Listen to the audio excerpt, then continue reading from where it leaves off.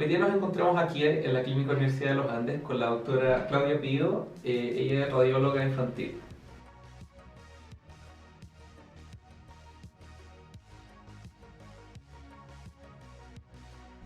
Nos encontramos aquí en el Instituto Nacional del Cáncer con el doctor Claudio Robledo.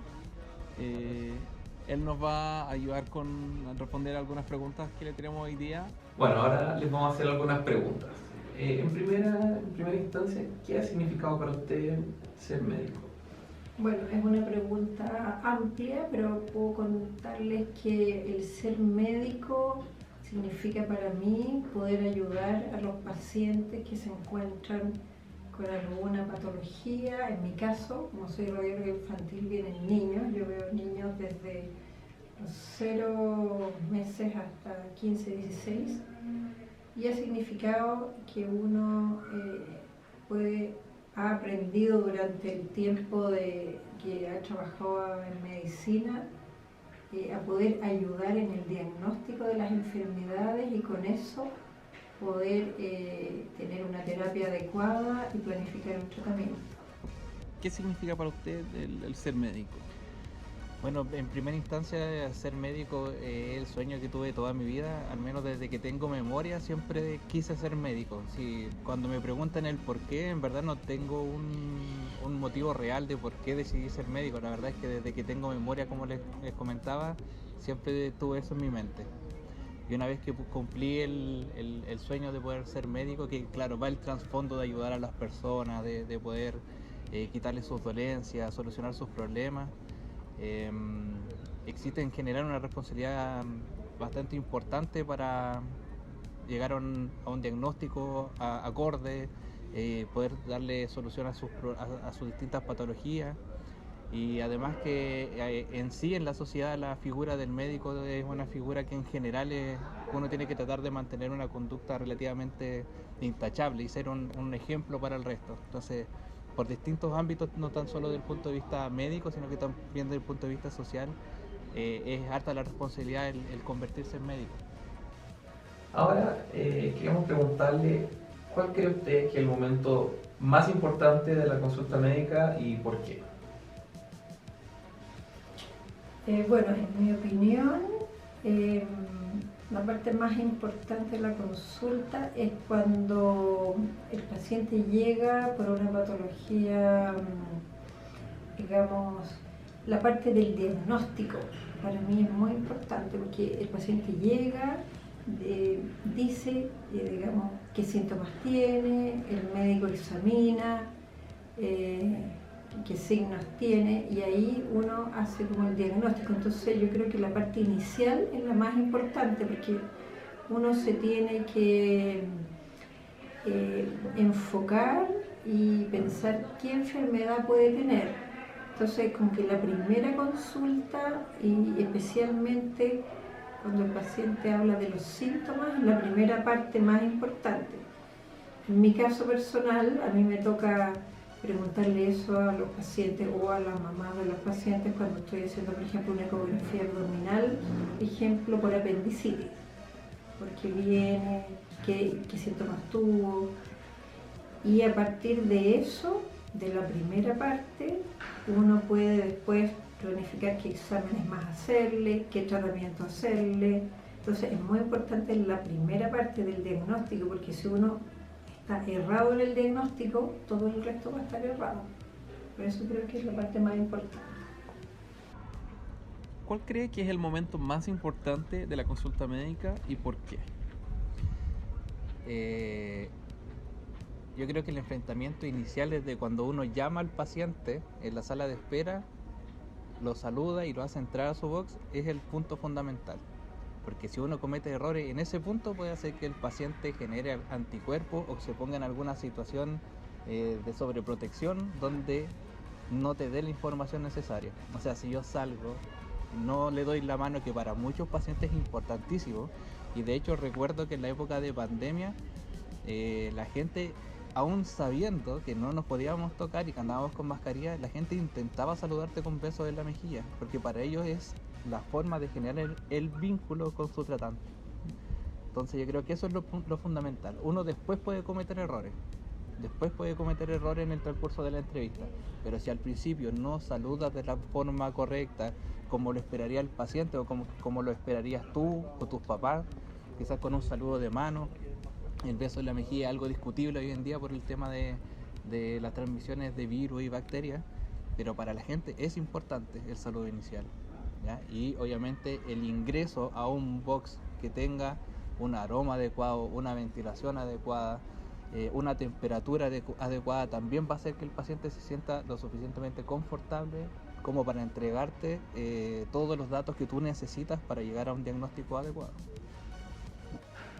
La siguiente pregunta es, ¿qué es para usted el razonamiento clínico médico? Bueno, el razonamiento clínico médico se refiere un poco para mí a cuando uno aprende muchos conocimientos y tiene que aplicarlos a un paciente o a una patología en particular, tiene que pensar y interactuar con todo lo aprendido para poder, digamos, llegar como a un diagnóstico. O sea, es como un conjunto de cosas que uno tiene que hacer funcionar para llegar al diagnóstico final. A eso yo creo que se refiere con el razonamiento, porque uno aprende un poco de patología, un poco de terapia, un poco de patología aguda, después de seguimiento del paciente. Entonces tiene que como que integrar todo lo aprendido para lograr un razonamiento en cuanto a la patología que tiene, cómo diagnosticarla y cómo tratarla. Eso en breves palabras. Bueno, ahora queremos preguntarle qué es para usted el razonamiento médico clínico. Bueno, definitivamente es la herramienta fundamental. Yo creo que independiente del rumbo que uno tome como médico, si quiere ser médico general, especialista de distintas áreas, es la herramienta fundamental para que nosotros nos definamos como médicos, ¿ya? Como te decía, es importante estudiar, mantenerse actualizado, pero si yo no tengo la capacidad de razonar lo que estudié y llevarlo a un diagnóstico final, a un tratamiento, es poco lo que puedo hacer. Y ahí es donde uno finalmente ve quiénes son los buenos médicos, quién tiene esta capacidad de razonamiento clínico o médico para poder poner en práctica todo lo que uno estudia, todo lo que lee de los distintos libros, los papers, llevarlo a la realidad. Y también es importante decir a la realidad, porque no saco nada con estudiar paper con manejos de maquinarias que muchas veces no tenemos en Chile. Entonces también es importante aterrizar a la realidad nacional o a la realidad local, cómo podemos nosotros llevar a cabo los distintos manejos según las distintas patologías. Ahora queremos preguntarle si ha dudado alguna vez del diagnóstico o tratamiento entregado y por qué. Bueno, esa pregunta es como bien interesante y en general yo podría contestar que uno duda al principio, cuando recién sale de médico, tiene muchísimas dudas y eso les va a pasar a todos los estudiantes que están en su primer año de médico. Y al pasar los años, cuando uno va estudiando más, cuando va teniendo más experiencia, cada vez tiene menos dudas.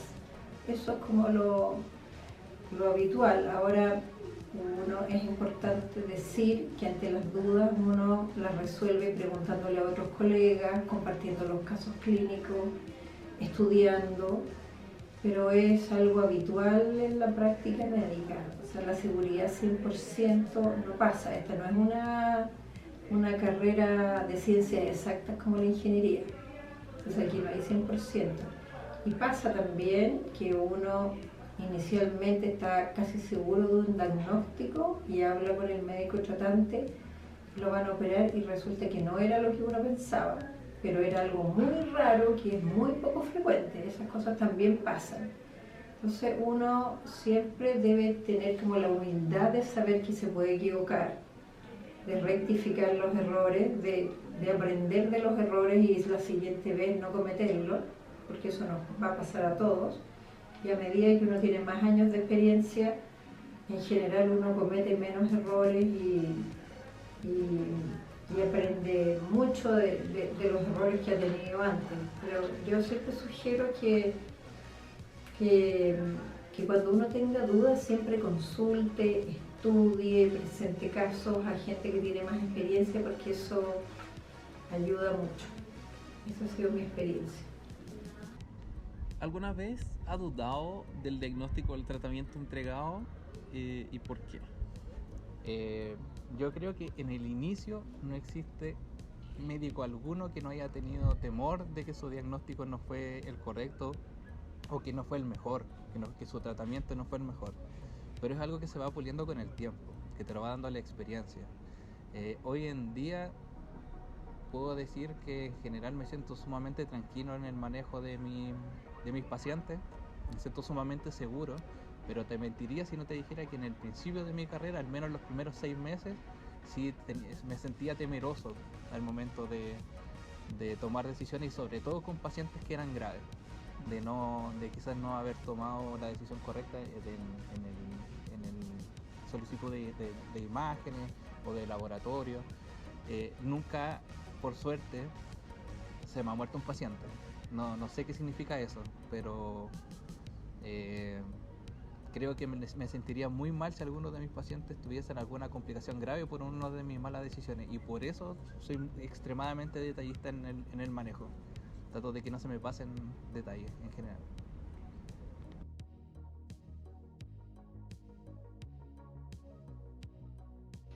Bueno, el razonamiento clínico es fundamental en la práctica médica y mi mensaje para las futuras generaciones de médicos es que deben usar el razonamiento clínico en el sentido de que integrar los síntomas del paciente, los signos, para poder llegar a un diagnóstico correcto y de ahí un tratamiento correcto.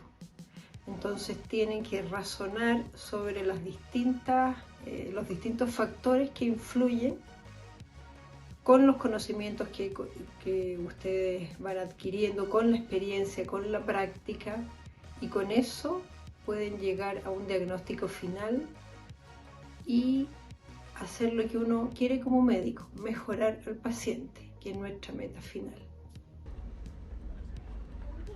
Por último, queríamos preguntarle si tiene algún mensaje o consejo que le gustaría compartir con las futuras generaciones de médicos.